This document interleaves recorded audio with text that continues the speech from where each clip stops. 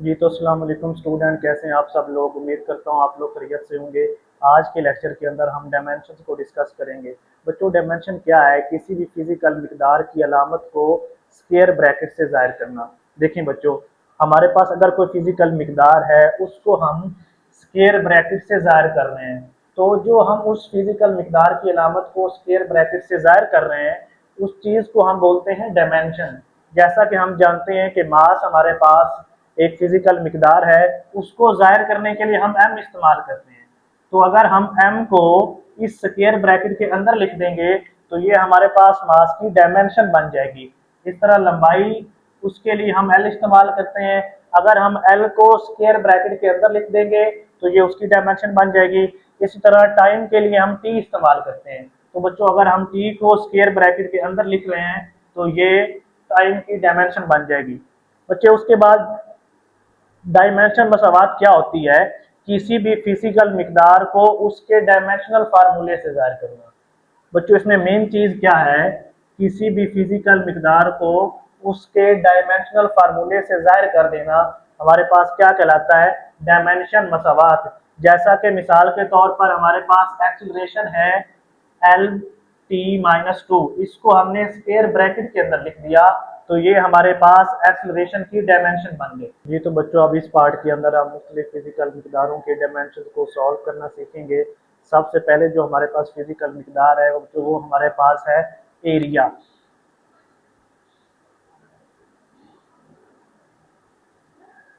बच्चों, एरिया का फार्मूला होता है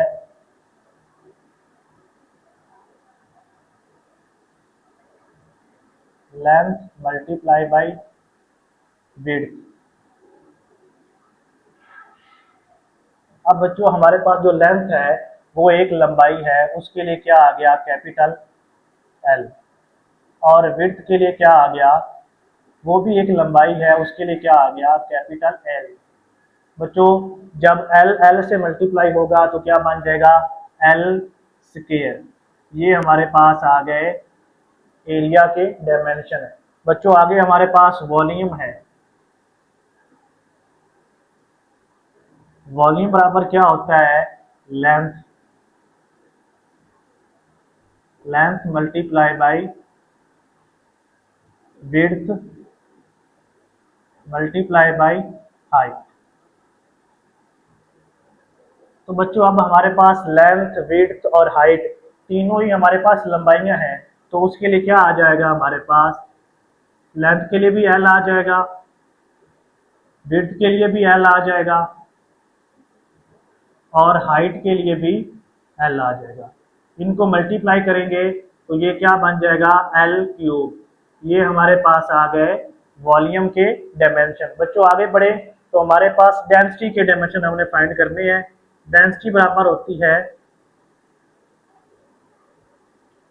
मास डिवाइडेड बाय वॉल्यूम। अब बच्चों, मैंने पहले ही आपको बताया है मास के लिए हम कैपिटल एम इस्तेमाल करते हैं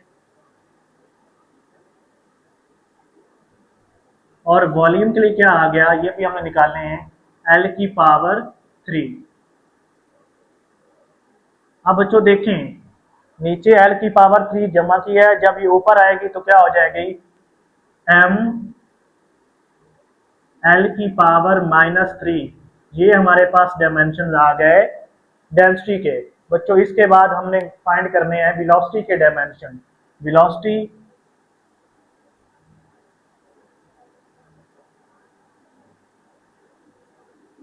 वेलोसिटी बच्चों हमारे पास होता है डिस्प्लेसमेंट बटा टाइम।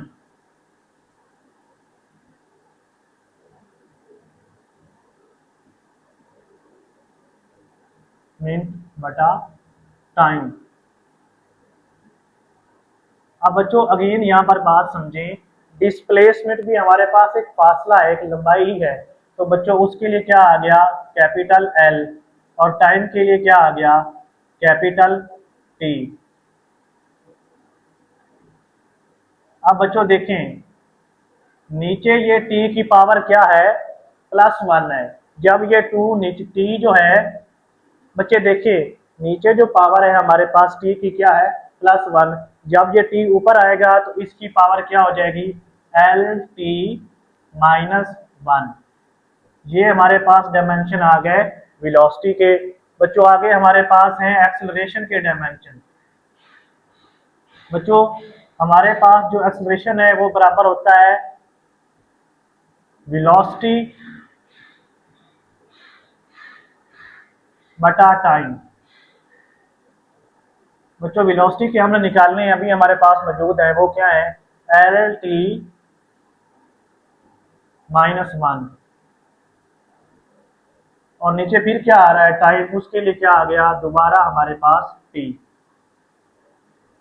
बच्चों अब यहाँ बात समझें, इस टी की पावर क्या है, वन। जब ये टी ऊपर आएगा तो इसकी पावर क्या हो जाएगी, माइनस वन। तो ये हमारे पास आ जाएगा एल टी माइनस वन और टी माइनस वन। अब बच्चों देखिए, जब बेस सेम हो तो पावर क्या होती है, ऐड। अब ये भी माइनस वन है और ये माइनस वन है, तो ये दोनों मिल के बन गई माइनस टू। तो इसी तरह हमारे पास एक्सेलरेशन के डायमेंशन आ गए एल टी माइनस टू। बच्चों इसके बाद हमारे पास डायमेंशन निकालने हैं हमने फोर्स के। अब बच्चों हम जानते हैं फोर्स बराबर होता है हमारे पास एम ए। अब बच्चों यहाँ पर m क्या है, m हमारे पास मास है, a हमारे पास एक्सीलरेशन है। बच्चों मास के लिए मैंने पहले बताया आपको कैपिटल M इस्तेमाल करेंगे। और बच्चों एक्सीलरेशन के हमने अभी निकालने हैं, वो क्या है, एल टी माइनस टू, वो साथ आ गया एल टी माइनस टू।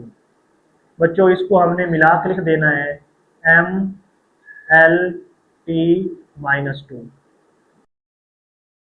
इसके बाद डायमेंशन हमारे पास है मोमेंटम के।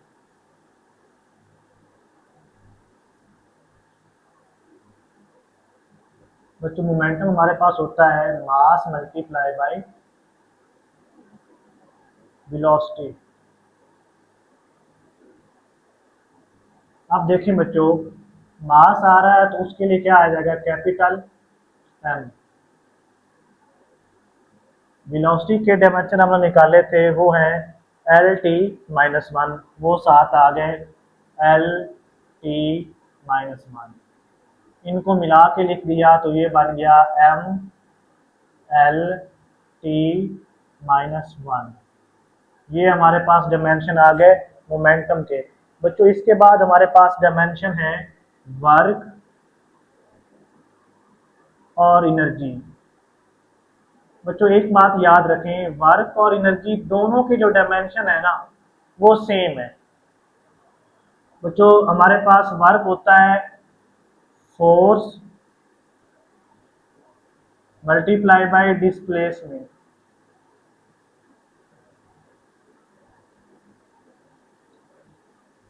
अब बच्चों देखिए डायमेंशन क्या है फोर्स के, एम एल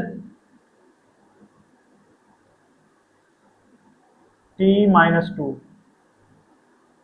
डिस्प्लेसमेंट क्या है, एक लेंथ है, उसके लिए क्या आ गया, कैपिटल एल।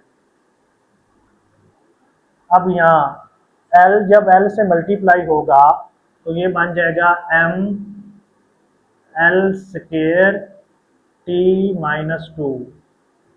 ये हमारे पास डायमेंशन आ गए वर्क के। और बच्चों पॉइंट क्या करना है याद आपने कि यही डायमेंशन एनर्जी के हैं। उसके बाद देखें हमारे पास डायमेंशन है प्रेशर के। बच्चों प्रेशर हमारे पास होता है फोर्स बटा एरिया। डायमेंशन क्या है फोर्स के, M L T minus two divided by बच्चों एरिया। एरिया के डायमेंशन थे एल स्क्वायर, तो इसके नीचे आ जाएगा एल स्क्वायर। अब जब एल स्क्वायर नीचे से ऊपर जाएगा तो ये पावर माइनस टू हो जाएगी हमारे पास। ये आ गया M M L T minus two और ये साथ आ गया एल की पावर -2 ऊपर आती होगी। अब बच्चों देखें, ये -2 है एल की पावर और ये है 1। -2 + 1 क्या हो जाएगा, माइनस का 1। तो ये आ जाएगा m l-1 t-2। तो बच्चों ये हमारे पास डायमेंशन आ गए प्रेशर के। बच्चों प्रेशर के डायमेंशन हमारे पास बहुत ही इंपॉर्टेंट है। इसके अलावा वर्क और एनर्जी दोनों चीजें और फोर्स, ये 3 चीजें हैं जिनके डायमेंशन सबसे ज्यादा आपके पेपर में आते हैं। बच्चों प्रेशर और स्ट्रेस दो चीजें, इन दोनों के डायमेंशन भी सेम है। जिस तरह वर्क और एनर्जी के सेम थे, इसी तरह हमारे पास प्रेशर और स्ट्रेस दोनों के डायमेंशन सेम है। बच्चों आगे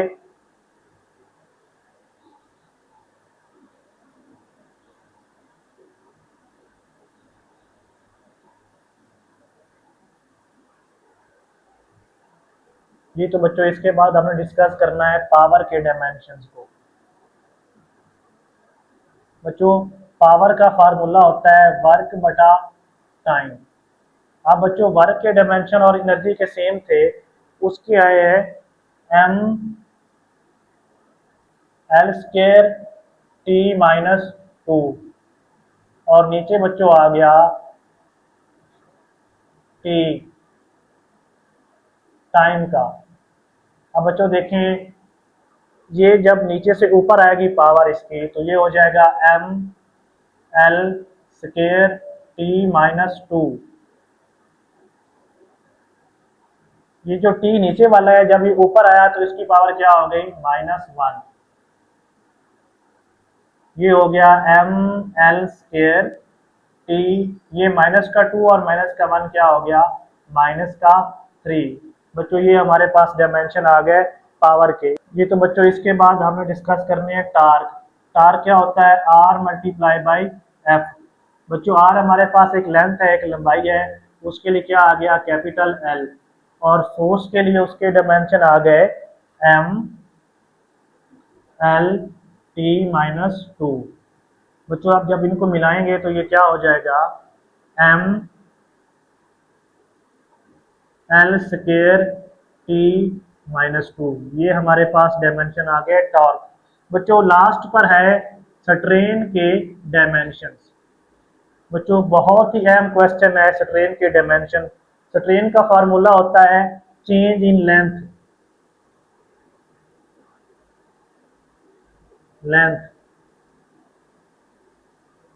ओवर ओरिजिनल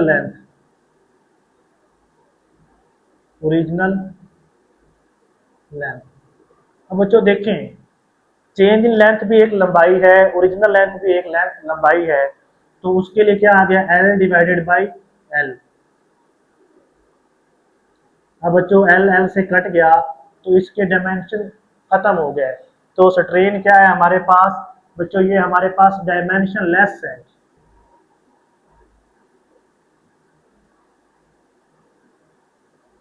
जी तो स्टूडेंट आज के लेक्चर के अंदर हमने डायमेंशन को पढ़ा, उसकी तारीफ, उसके अलावा डायमेंशन की मसावात को स्टडी किया, और उसके बाद हमने फिजिकल मिकदारें जो हमारे पास मास है, वॉल्यूम, एरिया, एक्सीलरेशन, इन सब चीज़ों को डायमेंशन निकाले और उनको डिस्कस किया। तो मिलते हैं आपसे नेक्स्ट लेक्चर में, तब तक अपना ख्याल रखिएगा। अल्लाह हाफिज़।